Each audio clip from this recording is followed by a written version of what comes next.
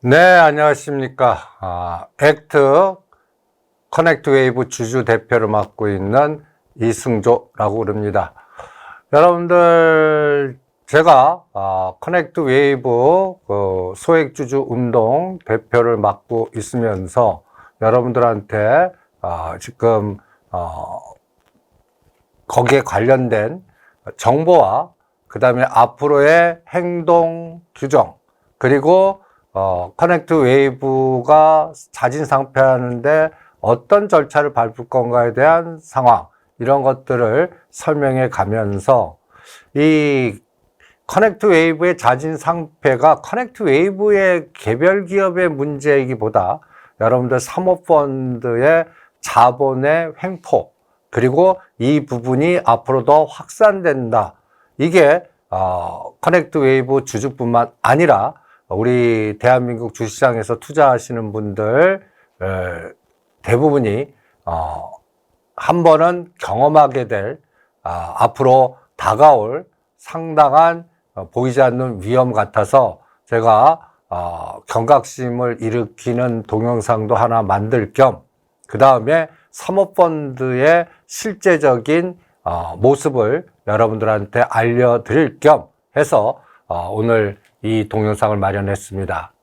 여러분들 사모펀드 보시면 여기도 코로나 팬데믹 이전과 이후가 갈라집니다. 여기 PPT 파일 한번 보시면 가장 유명한 게 2003년도 소브린 사태, SK 소브린 사태, 소브린이 행동주의 펀드로 SK가 가장 취약할 때 치고 들어와 갖고, 그때는 이제 SK가 여러분들 SK 글로벌 사태 분식회계 갖고 최태원 회장이 그 분식회계 문제로 감옥까지 가시고, 여기에는 또 보이지 않는 사모펀드의 JP모간과 SK증권 국제부, 그 다음에 한남투신, LG금속 세 개가 합쳐서 코리아 펀드 만들어 갖고, 여기에서 하나의 시발점이 나중에 SK 글로벌 사태 분식회계, 그리고 SK 소버린의 행동주의 펀드의 공격, 이렇게까지 연결이 됐습니다. 이게 투자 역사상 하나의 한 획이죠. 이 부분이 여러분들 사모펀드의 기본 전략을 이해하실 때 이런 개념이 나옵니다. 어떠한 내가 예를 들어서 사모펀드를 하나 투자 조합을 만들어요. 뭐 100억 이상 투자자들만 모이게 하는 뭐 50개 펀드를 하나 만들었다. 그러면 기초 자산이 이제 50명이니까 100억씩 하면 500억이 모이지 않겠습니까? 이 500억이 모이면 여기 보면 프라임 브로커라고 있습니다. 옛날 코리아 펀드 김영삼 정부 때 세계화를 주장하고 간 펀드의 가장 기본이 그때 JP 모간이었습니다. 그때 조단위 자금을 대줘요.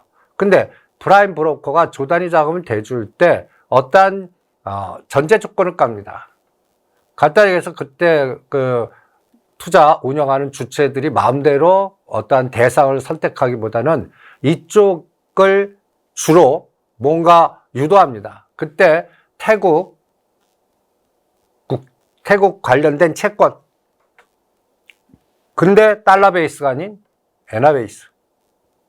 이런 규격화된 하나의 뭔가 제재, 이게 보면 어떤 면에서는 그 프라임 브로커의 주체들이 돈 내주는 사람들의 어떠한 갑질이라고 볼 수 있고, 어떠한 뭔가 설계라고 볼 수도 있습니다. 이게 간단히 얘기해서 JP 모간이나 모간스탠 입장에서는 태국이 위험할 것 같으니까 빠져나오려고 그러는데, 그 당시에 그거를 받아줄 수 있는 선진국의 여러 가지의 자산 운용사나 펀드가 없어요. 그러다 보니까 만만한 게 대한민국 세계와 그 타이밍 맞춰서 우리나라가 엮인 겁니다. 거기에 SK증권 국제부, LG금속, 한남투신이 세 개에 만든 펀드가 걸렸던 거죠. 이게 투자의 하나의 이정표가 됐습니다. 또 하나는 여러분들 잘 아시는 삼성. 2015년도 우리 이건희 회장님 돌아가시고, 그 다음에 그 당시에 엘리엇이 제일모직과 삼성물산 합병 반대한다고 해서 한번 또 난리 난 적 있지 않습니까? 이러한 흐름을 보면 2020년까지 쫙 보면 SK텔레콤의 타이거 펀드, SK의 소브린 펀드, 삼성물산의 헤르메스 펀드, KTNG의 칼 아이칸, 삼성물산의 엘리엇, 현대모비스의 엘리엇, 한진칼의 KCG의 강성 펀드. 2020년 전에는 이러한 대기업 중심의 굵직한 거를 공격했다면 팬데믹 이후에는 중견그룹이나 플랫폼 기업이나 우리 밀접한 우리 뭐랄까요 소상공인들 자영업자들의 밀접한 기업들도 사모펀드의 공격 대상이 되고 있습니다. 이게 또 굉장히 무서운 겁니다. 지금 사모펀드의 순서를 보면 제일 큰 게 한행컴퍼니입니다. 두 번째가 우리 커넥트 웨이브를 자진상폐의 전략을 쓰고 있는 MBK 파트너스입니다. 세 번째가 스틱 인베스트먼트, IMM, 뭐 이런 쫙 여러분들이 보시면 이러한 사모펀드의 랭킹이 있습니다. 그런데 여러분들 이걸 왜 제가 설명하냐면 요새 이런 느낌 안 드십니까? 언제부턴지 형제들끼리 싸우고 그 다음에 한미약품, 한미사이언스 같은 경우는 어머님, 누나하고 동생들하고 싸우고 또 효성그룹 또 한국타이어 뭐 여러 가지 이러한 노이즈들 효성그룹 한국타이어 뭐 여러 가지 노이즈들이 왜 생길까요? 거기에는 뒤에는 사모펀드가 있습니다. 그러니까 내가 절대 주주 1등 주주가 아닐 때 2, 3등일 때 사모펀드가 들어와서 여러 가지 얘기를 합니다. 거기에 혹해갖고 간단히 해서 사모펀드에 돈을 빌려서 뭔가 지분 확보하면 내가 간단히 해서 어떤 기업, 어떤 그룹을 인수하거나 거기에 총 뭐라 그럴까요? 1순위 대주주가 될 수 있다라는 여러 가지의 어떤 유혹 속에 어떤 또 그룹은 어떤 자금을 갖고 우리가 자체로 현금이 있으면 그런 걸 왜 생각하겠습니까? 자체 자금으로 M&A해야지. 그런데 그렇지 않고 할 때는 채권 투자해서 하기는 상당히 힘들습니다. 부채 비율이 높아가니까. 그러니까 사모펀드가 거기에 들어와서 여러 가지 옵션 조항을 걸면서 잘 될 때는 좋죠. 그런데 나쁠 때는 그게 양날의 검이 되면서 자기를 찌르는 그게 최근에는 신세계 쓱닷컴과 그 다음에 사모펀드의 1조 분쟁이라고 하는 하나의 상황이 또 현실화되고 있습니다. 그래서 여기 보시면 2020년부터는 여기 보면 뭐 한원 시스템, 우리의 커넥트 웨이브, 락앤나, 하나투어 뭐 이런 기업들이 사모펀드가 들어와서 매각을 하거나 자진상폐를 하거나 M&A 하는 경우가 상당히 많습니다. 그런 과정에서 여러분들 사모펀드에 또 유명한 어피너티 사모펀드가 있습니다. 여기는 한번 저기 어피니티가 공격한 사모펀드에는 한국 버거킹, 여러분들 버거킹 저도 와퍼 좋아합니다. 와퍼. 그런데 그 사모펀드가 M&A 하면서 와퍼가 중단된 적이 있었을 겁니다. 다 적자 나는 상품이다 해서 비싸게 뭐 불닭 와퍼로 바뀌었을 거예요. 단가가 상당히 올라갔을 겁니다. 이게 보이지 않게 여러분들 우리 일상활에 밀접하게 다 연결되어 있습니다. 그러니까 어퍼너티가 투자한 한국 기업은 한국 버거킹, 더 페이스샵, 하이마트, 오비맥주, 카카오, 락앤나, 더 베이직하우스 어마무시하게 많습니다. 그런데 요새 이쪽 섹터에서 가장 유명한 게 이거죠. 신세계 이마트의 쓱닷컴. 이것도 상당히 지금 노이즈가 많습니다.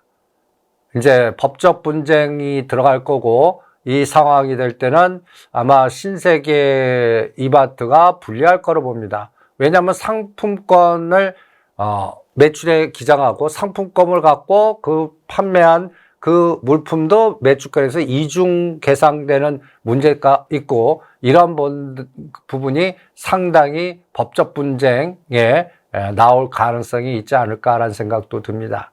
그래서 최근에 이마트나 신세계 주가 보면 주가가 급락하고 있는 그런 상황이 이런 요인 때문에 그렇습니다.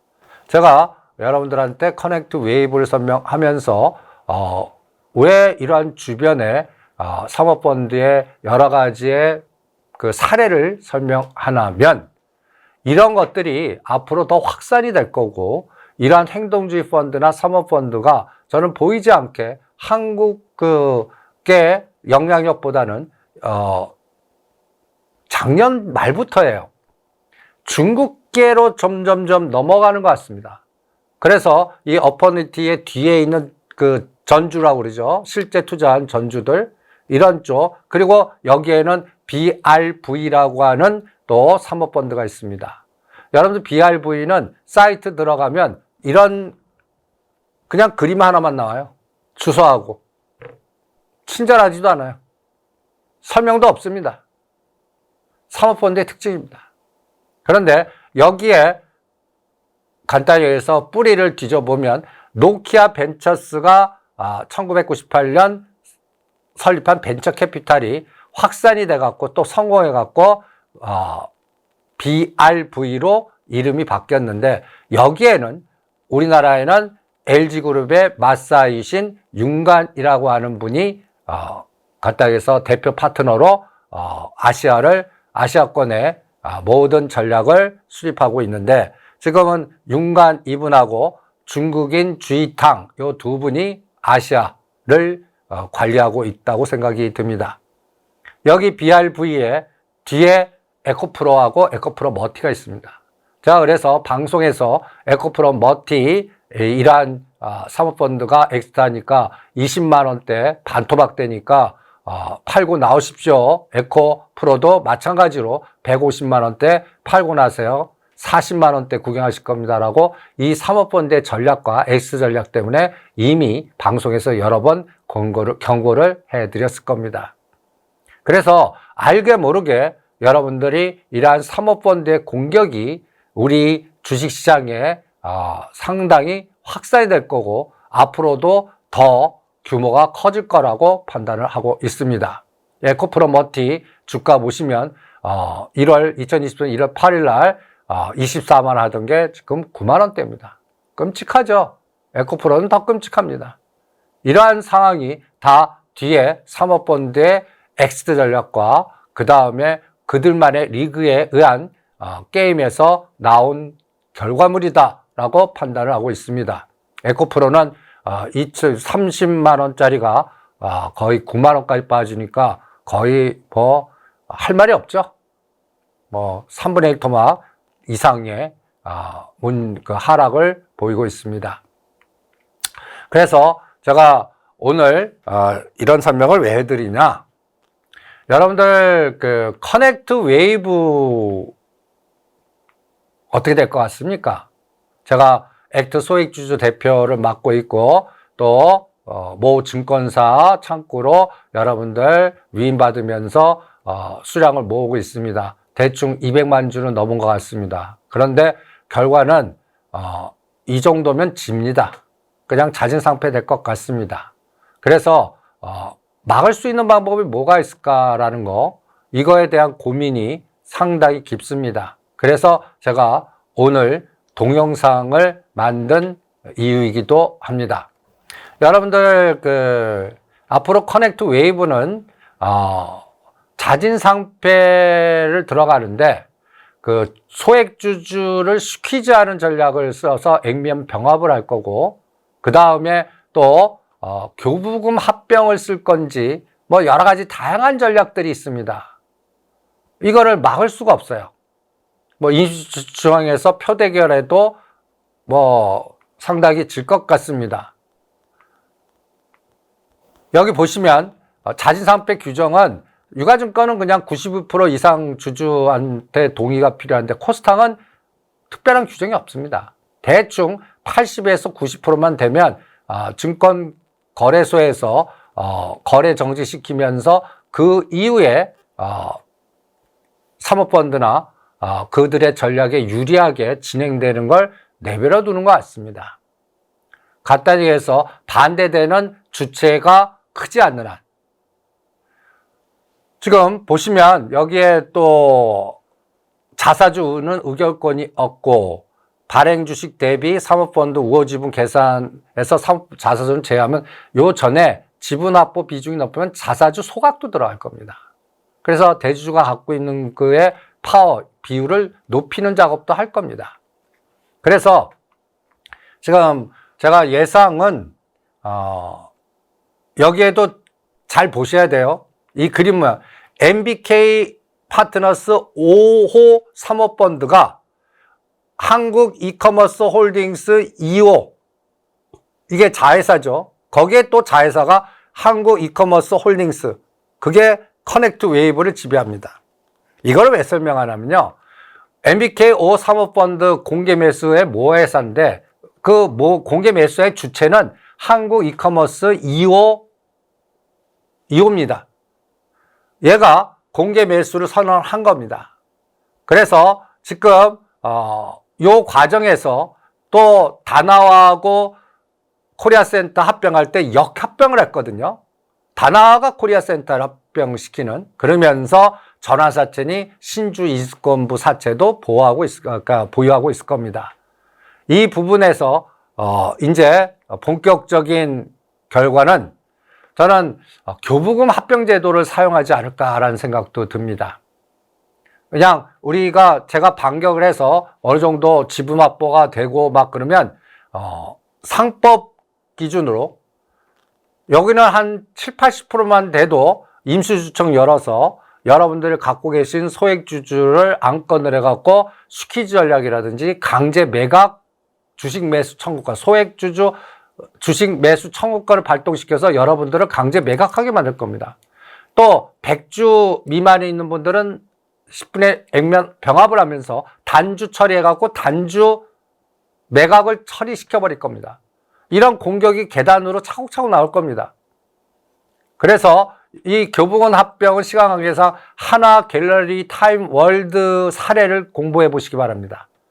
하나 갤러리 타임 월드가 교부금 합병 케이스로 자진상폐한 종목입니다. 이것도 한번 체크해 보시고요. 그 다음에 최근에 자진상폐 되면서 여러분들 한 게 마음스터치입니다.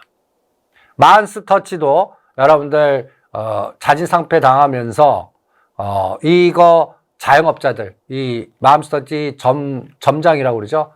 이런 분들은 상장 폐지 이후에 거의 사모펀드에 의해서 여러분들 어느 뉴스 보니까 마음스터치 점장님이 개인 데모하시는 것도 보는데 얼마나 불합리하고 울분에 결스면 그런 데모까지도 하시겠습니까? 상장 폐지되면 아무 말도 못합니다. 사모펀드의 경영 방침에 한마디의 반격도 못합니다. 상장돼 있으면 여러 가지 공시 절차나 또 여러 가지 규정에서 눈치 보게 되고, 그 다음에 또 여러 가지 불합리한 행동하면 또 제재도 받고 이러지만, 상장 폐지되면 그것도 그러니까 사모펀드의 마음대로 하게 되고, 우리 거기에 관련된 소상공인, 거기에 관련된 직원들은 그냥 어쩔 수 없이 끌려당하는 그런 상황이 전개가 될 겁니다. 이 마음스터치는 이제 3월 30일, 2023년 30일에 자진상폐가 됐고, 이 자진상폐도 시간이 지난 다음에는 여기 보시면 자진상폐 됐고 5월 30일 날 5월 20일부터 30일까지 정리매매 기간을 줍니다. 2달 지나서 그 사이에 액면 병합을 합니다. 이렇게 절차를 받으면서 이런 보이지 않는 그 순서가 좀 다를 뿐이지 자진상폐를 위해서 진행하는 절차는 비슷비슷합니다. 그래서 커넥트 웨이브는 자진상폐, 거래정지, 그 다음에 정리기간 하면서 18,000원, 그리고 교부금 합병을 통해서 해도 그것도 18,000원일 겁니다. 18,000원일 거예요. 바뀌지 않을 겁니다. 그래서 지금 법적인 상황에서 주어진 조건으로 지금 커넥트 웨이브를 보면 그냥 사모펀드 뜻대로 될 것 같습니다. 그런데 그런데 왜 소액주주 운동하냐? 간단히 해서 하나의 이정표를 만들기 위해서 경각심을 들이고, 그 다음에 또 계란으로 바위치기 격이지만 끝까지 해볼 결심으로 여러분들 소액주주 운동을 시작을 한 겁니다. 그러면 여러분들 여기 보시면 스퀴즈 아웃이라는 그 소액주주 때 액면봉합도 소액주주, 여기 딱 제목은 50타임 임플란트 상황인데 9주 이하 주주는 나가세요. 이게 강제 매각 주식 액면병합 통해 갖고 하는 방법. 그래서 주식 액면병합을 통한 소액주주, 소수주주 추출 방법, 교부금 제도를 통한 소수주주 추출 방법, 소수주주 주식 매도 청구권 제도도 있습니다. 이걸 다양하게 쓸 겁니다. 그러면 여러분들 4월 26일 실질적으로 18,000원 이제 공시해 갖고 한 건 4월 30일입니다. 근데 항상 이걸 하다 보면 전략적 파트너라든지 내부자들이 있습니다. 그래서 자진상폐 전에 대부분들 기업들 보면 3일이나 5일 전에 외국계, 거기에서는 JP모간이 자주 등장하는데 어떤 때는 몇백만 주 미리 사갖고 정보 비대칭성 이런 현상도 나옵니다. 얼마나 불합리한 게임입니까? 제가 이거 가격 갖고 얘기하는 거 아닙니다. 저는 18,000원 가격은 이 기업의 본질 가치가 한 4, 5만 원 정도 돼야 정상인데 거의 반 토막된 가치에서 이 기업을 인수하는 거라고 봅니다. 이거를 이겨낼 수 있는 방법이 없습니다. 그러면 이제 오늘 동영상의 중요한 포인트를 얘기하겠습니다. 여러분들 제가 어저께 스승의 날 휴일 때 디즈니 플러스에 나오는 삼식이 삼촌을 봤습니다. 좀 감명 깊게 봤는데 1959년 6.25가 끝나고 휴전하고 이제 자유당 정부 시절 때 이승만 대통령과 다른 야권 대선 주자의 싸움에서 이러한 드라마를 하는데 삼식이라는 게 하루 3끼 먹기 그렇게 배불리게 먹는 그 당시에 우리나라 대한민국의 위상이라고 생각합니다. 그때 공업화, 그 다음에 경부고속도로, 그리고 포항단지 이런 것들을 져서 국력을 키워갖고 우리나라가 수출 주도를 해야 됩니다 라고 하는 그러한 철학을 갖고 뭔가 정부 방침을 수립하려고 하는 주인공이 있는데 어떻습니까? 그게 실질적으로 군사정부가 되면서 박정희 대통령이 돼갖고 지금까지 됐습니다. 제가 그 투자 역사를 자꾸 왜 얘기하냐면 여러분들이 그때는 우리는 이제 공업화의 수출 주도계에서 이제 1960년에서 2024년까지 지금까지 왔습니다. 그래서 한국이 어마무시하게 전 세계적인 전 나라 보면 부자 국가가 된 건 사실입니다. 그런데 그 과정에서 얼마나 불균형, 불평등, 소득 배분의 여러 가지의 문제점 이런 것들이 지금 현실화되고 노출되면서 사회적 갈등이 극에 달하고 있습니다. 지금 2024년부터 앞으로 우리 대한민국은 큰 갈림길에 있는 것 같아요. 이 갈림길 과정 중에 어떤 현상이 나오고 있느냐. 그들만의 리그로 사모펀드들이 플랫폼을 장악해서 그거를 M&A 하거나 자진상폐해갖고 뭔가 큰 대한민국 시장을 자기들 마음대로 하고 있는 게 문제가 아닌가라고 생각을 합니다. 그래서 여기서 가장 중요한 건 금융 지식, 금융 사고 이거를 알아야 싸울 수가 있고 대처할 수가 있지 않겠습니까? 지금 우리가 사모펀드의 공격을 막아내는 방법은 이 소액주주 운동들이 힘을 합쳐서 마치 미국의 그 공매도 세력들, 기관들이 게임스탑을 급락시켜갖고 공매도를 쳤을 때 소액주주, 개인 및 투자자들이 모여갖고 10불짜리를 130불까지 급등하면서 밈 현상의 게임스탑 이런 사례가 있듯이 우리도 이 소액주주 운동도 행동주의로 가야 되지 않을까라고 생각을 합니다.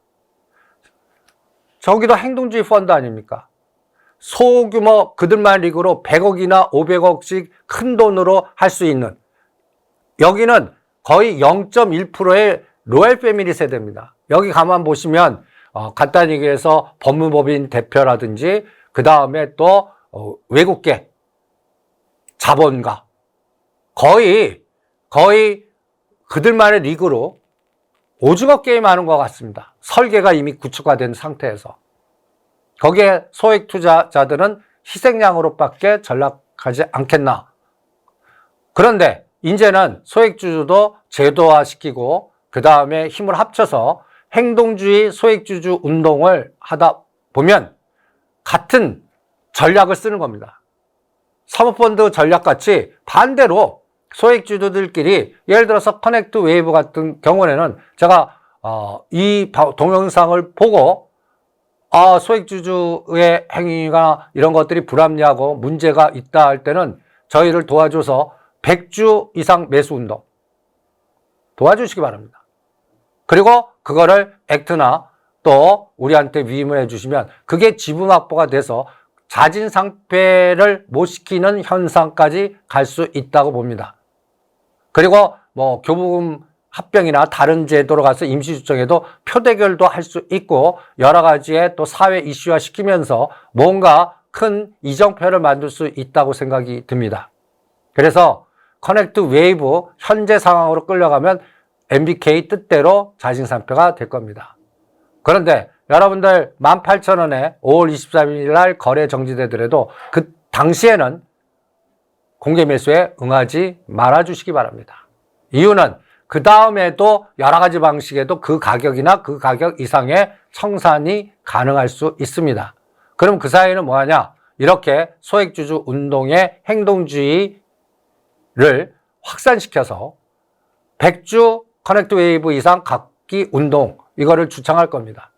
그래서 지분을 생각지도 않았던, 지금 그거를 관리하는 게 NH증권입니다. NH증권이 계속 공개 매수 관리에 지금 MBK나 옛날에도 NH증권이 그거를 주도해서 공개 매수를 했습니다. 그러니까 여러 가지의 노하우나 이 주가를 누르고 그걸 확보하고 하는데 상당히 많은 스킬이 있겠죠. 그런데 이거에 반대되는 또 전략은 18,000원을 뚫는 에너지, 이거를 우리가 일반적으로 커넥트 웨이브만 보지 말고 전체적으로 소액주주 운동의 사모펀드에서 하나의 이정표를 만들기 위해서는 첫 사례로 액트 소액주주 운동에 가입을 해 주셔갖고 여러분들이 뭔가 하나의 이정표를 만들어 주시면 감사하겠습니다. 그래서 커넥트 웨이브 100주 운동, 마치 게임스탑 같이 뭔가 새로운 변화를 주는 하나의 이정표를 만들어 주시기 바랍니다. 이게 지금 현재 상황에서 하나의 작용반작용으로 MBK가 자진상폐하는 데를 막을 수 있는 최선의 전략과 정책이 아니겠나라고 판단을 하고 있고요. 이게 거래 정지가 상대 폐지가 안 되면 거래되는 과정에서 더 높은 가격을 유도할 수가 있고요. 또 하나, 여러분들 사업 보고서 커넥트 웨이브를 한번 보시기 바랍니다. 그 사이에 합병하고 나서 배당을 한 번도 준 적이 없습니다. 이렇게 사모펀드가 자진상폐하려면 배당을 안 줍니다. 그리고 기업을 희석화시킵니다. 주가를 떨어뜨린다는 얘기죠. 그래서 싸게 만든 다음에 적은 자 갖고 인수하는 그런 상황이 얼마나 그들만의 리그로 불합리합니까? 이 부분을 당하지 마시고 이걸 막아내는데 총력을 다해 주시기 바랍니다. 감사합니다.